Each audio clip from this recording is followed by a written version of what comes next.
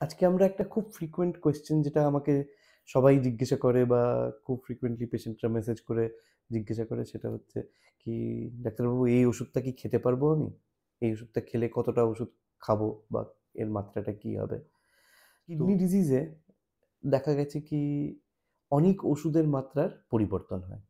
এটা এই জন্যে কি কিডনি শরীর থেকে খালি শরীরের যে ওয়েস্ট প্রোডাক্টগুলোই না, কিডনি শরীর থেকে অনেক ওষুধও এক্সক্রিট করে।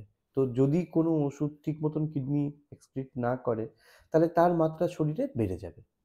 এখন যেহেতু কিডনি ডিজিজ এত কমন, ওই জন্যে প্রায় বেশিরভাগ যে ওষুধগুলো ব্যবহার করা হয় তার drug dose modification chart available আছে। তার মানে হচ্ছে কি কিডনি পেশেন্টরা কতটা মাত্রায় সেই ওষুধগুলো খেতে পারবে তার মান আমাদের জানা আছে।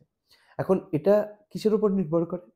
এটা নির্ভর করে আমাদের কিডনির ফাংশনের উপরে। যেই ফাংশনটা আমরা এস্টিমেট করি ক্রিয়েটিনিন দিয়ে, আর এটা দিয়ে আমরা জানতে পারি কি কিডনিটা কত কাজ করছে। এখন এই হিসাবে জিএফআর ক্যালকুলেট হয়ে যায়। জিএফআর ক্যালকুলেশনের বেসিসে আমাদের অনেকগুলো ওষুধেরই মাত্রাগুলো চেঞ্জ হয়। কিছু সংখ্যক ওষুধ এগুলোকে নেফ্রোটক্সিক বা কিডনির পক্ষে ডাইরেক্টলি হার্মফুল পাওয়া গেছে।